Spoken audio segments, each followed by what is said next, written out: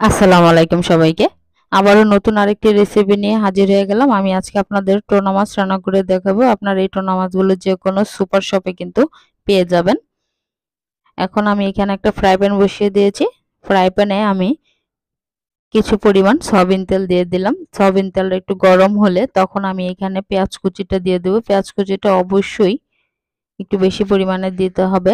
দিয়ে দিলাম কাঁচামরিচ ৩টে।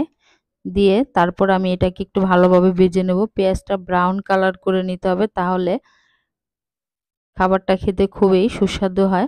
দেখুন আমার পেঁয়াজটা কিন্তু ব্রাউন কালার করা হয়ে গেছে। এখন আমি এখানে আদা রসুনের পেস্ট দিয়ে তারপরে এটাকে একটু ভালো করে ভেজে নেব। আদা রসুনটা যদি তেলের সাথে ভাজা যায় তাহলে কিন্তু আদা রসুন থেকে একটা স্মেল বের হয়, এটা কিন্তু খুবই ভালো লাগে, আমার কাছে অন্তত ভালো লাগে।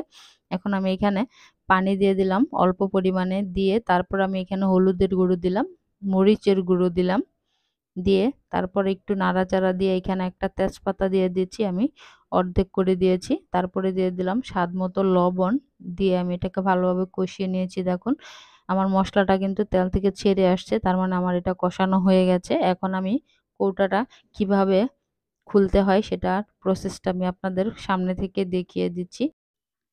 আমি বাকি কৌটাগুলো এভাবে খুলে তারপরে সম্পূর্ণ মাছগুলো এখানে দিয়ে দিচ্ছি।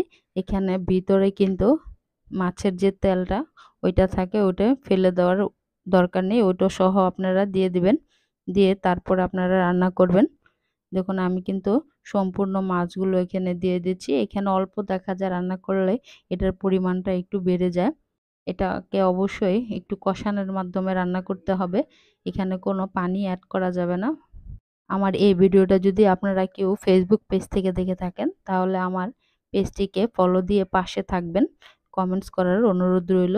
আর যদি আপনারা কেউ আমার এই ভিডিওটা ইউটিউব চ্যানেল থেকে দেখে থাকেন তাহলে আমার ভিডিওতে লাইক কমেন্ট শেয়ার করবেন। আর যদি নতুন হয়ে থাকেন তাহলে সাবস্ক্রাইব করে পাশে থাকার অনুরোধ রইল। দেখুন কত সুন্দর টোনা মাছ আমার তৈরি হয়ে গেল।